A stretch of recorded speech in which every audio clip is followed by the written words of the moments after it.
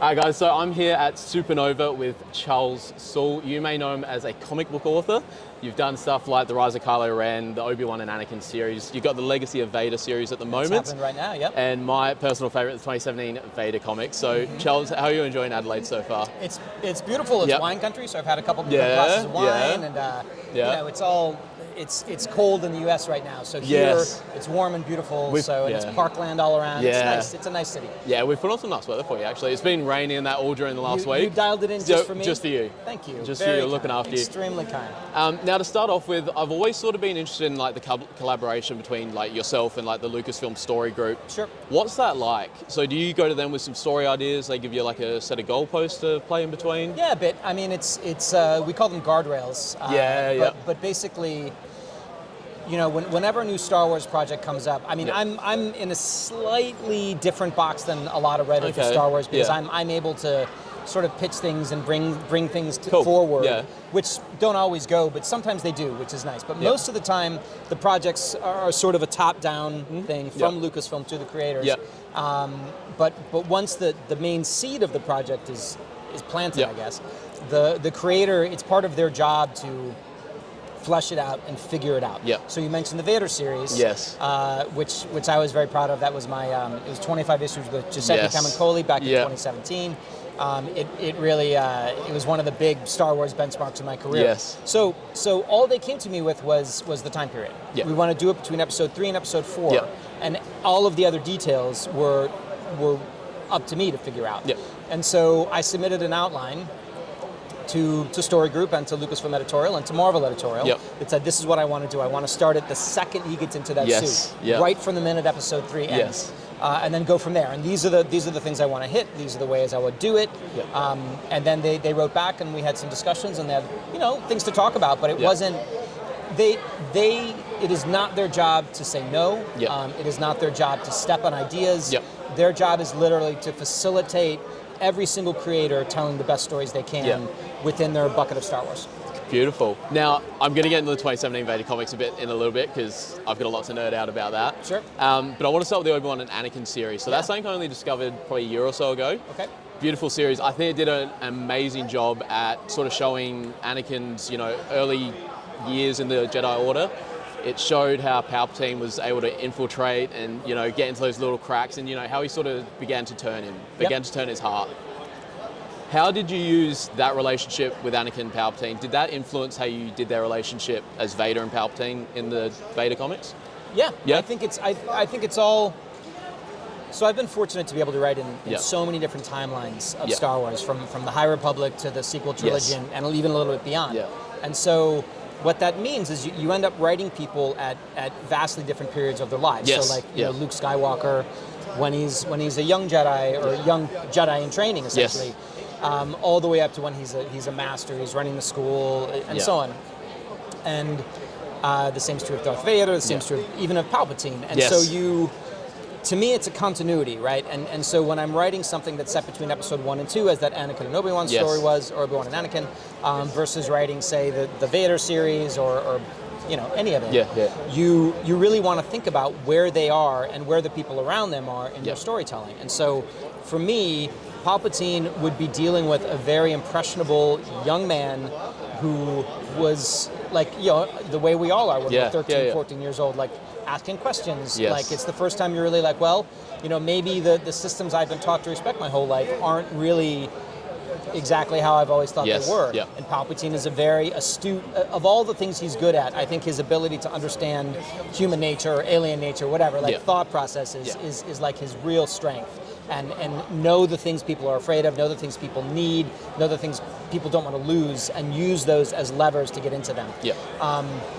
So at this point in the story, I think he's really like just starting, because I think if he came on as like creepy old Uncle Palpatine, Anakin would have gone running, right? And so he has to be much more subtle about it, and I think that was what I was going for there. Whereas in the 2017 series, all the masks are gone, and it's like, no, I have you under my thumb, and that's it. It did a really good job because it showed just how Palpatine could sort of force his will on the Jedi Order. It was very well done.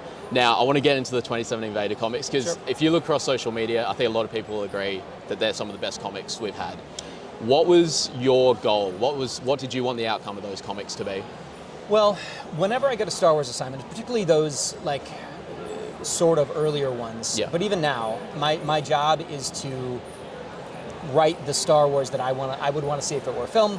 To give the readers the same experience that I had when I was watching Empire Strikes Back or Rogue One or whatever the project is, Andor. You know, like try to write it as high a level as I can. For sure. And also write it as if it is potentially my last Star Wars project. Yeah. And so always be trying to, knock it out of the park. Like to make sure that I've left nothing on the field, as we would say in the States. Like I've done everything I can to make it the best I possibly can. And that was pretty much the same with Vader, the same with the Poe Dameron series, the same with the Kylo Ren stories I'm telling. Like it's always do the best ideas I can think of at the time, and hopefully it works out. Beautiful. Now we saw in the comics, we see a pretty cool arc which ends with an amazing duel between Jocasta Nu and Darth Vader. Now we see a weapon in that I believe you came up with, the lightsaber rifle. What was the inspiration behind that? Sometimes I've been asked that question a lot. And sometimes you just want to do the coolest thing you can. You just want to do the most badass, cool thing. And so that was some discussion because you don't, within Lucasfilm, because you don't want to suggest that the Jedi use the lightsabers for a reason, right? It's a very thoughtful choice. I've talked about it. I talked about it in, I believe, the Obi-Wan and Anakin series, actually, why they use lightsabers. And I believe that to be true. Like it's they choose it. It's a very precise weapon, whereas blasters are, as we know from Obi-Wan saying in A New Hope, they're like uncivilized and so on. And so, but the idea that nobody would ever experiment with one seems a little. They probably would, right? And so there's a reason it's in this hidden bunker within the Jedi Temple. It's not something that was widely used. It was a prototype that, as we see, doesn't last very long. But the time it lasts, it's pretty amazing. Now, in the final arc, we see Vader build this castle, goes to the dark side locus underneath. They have the, the focus chamber. We've got Darth Momin, and he goes through to this dark side realm. And to me, I see a lot of similarities with the World Between Worlds because you see him witnessing things that have happened in the past, things that are going to happen in the future, like the duel with Ahsoka. That's where it's foretold. Did you sort of draw any ideas from the World Between Worlds? Because from memory, that comic issue and when we see it in Rebels sort of came out around the same time. I would say that those are things that are like best left up to interpretation, right? And I feel that way about a lot of the Force mythology stuff. Like it's just better if you don't put a pin in it. I think what we have seen lately, if you really were to do a timeline, the Force and what it means and what it can do have vastly expanded in the last 5 years or so. Which I think is cool. Like cool. If you look at A New Hope, the way the Force was used in that was very limited. It was like, telepathy, kind of like, talking over space, and you could kind of focus and stuff, but you couldn't do, the mind trick. But then in one of the opening scenes of Empire Strikes Back, all of a sudden it works for telepathy, right? So the idea, or not telepathy, telekinesis. When Luke pulls his lightsaber out of the snow. So the Force always can do new things in every installment. We see it do new stuff, and I think the World Between Worlds and that the Force vision that Vader has at the end of Fortress Vader, it's all part of the same idea. Beautiful. Now, I wanted to talk about your relationship with Adam Christopher, because you guys, he's plugged Darth Momin in the Shadow of the Sith novel, that got a little feature in there. But we've got a story coming out in 10 days, I think, called Master of Evil. Master of Evil. Yes, and the basis of that from the little snippet we've got seems to be the Kyber crystal bleeding arc that we get from the 2017 Vader comics. Did you guys have any collaboration on that? Did he come to you, consult you on anything to do with that, or? We've talked about it. I just saw him in New York Comic Con a few weeks ago. And he considered those comics to be the text, right? So he was using them as this is the template from which I need to figure out where my story is going to go.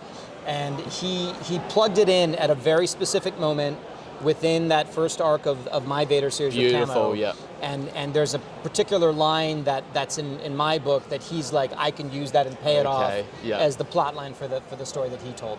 So it's nice. I mean, I always try to be very respectful of other storytellers who come before me. Yeah. He certainly has done that with my work, and it's great. It's all one story. Beautiful. Now, final question, and this is from someone that watches my content as well. Okay. Fans have been asking for a Darth Vader series for a long time. Hayden Christensen said he's super keen on doing it if the opportunity comes up. Mm-hmm. If the Lucasfilm came to you and asked you to write a Vader series, would you be down? I mean, of course. Yeah. That's an easy yes. That's barely a question. Had to get it. Yeah, I mean, if I'm always. There's a reason I've done so much work in Star Wars. I love it. I love it to pieces. I've done a lot of work that, is behind the scenes in various ways, and it's always awesome. And I love being part of that family, and I hope I get to keep doing it for a long time. Absolutely. Well, we hope you get to keep doing it as well. Thank you so much for your time. We're really enjoying the Legacy of Vader comics at the moment. So much. Thank you so much for coming on and doing that. Yep, take care. Cool. Appreciate you guys.